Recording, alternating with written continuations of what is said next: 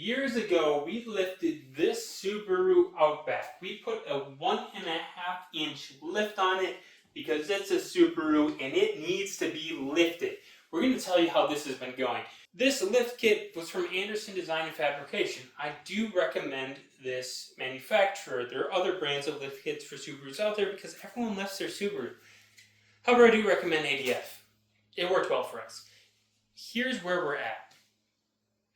Now, I've discussed how lift kits can be dangerous in other videos, but I want to say this 1.5-inch lift kit actually worked out well. It's been safe, and we haven't had issues with this car. And this car is a daily driven car. It's racked up probably 50,000 miles on it since we've lifted it, and we haven't had any lift-related issues. In fact, I don't think we've had any issues at all other than the things we've broken ourselves. Those are a lot of long stories, but nothing related to the lift, that's what I'm saying. CV axles have been fine. The drivetrain, transmission, differentials, all working fine. Sway bar end links, tie rods. We haven't had issues with steering, none of that.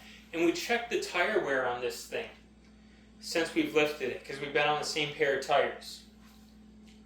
No signs at all whatsoever of uneven tire wear. So what I want to tell you guys is these smaller lifts, don't be afraid of them.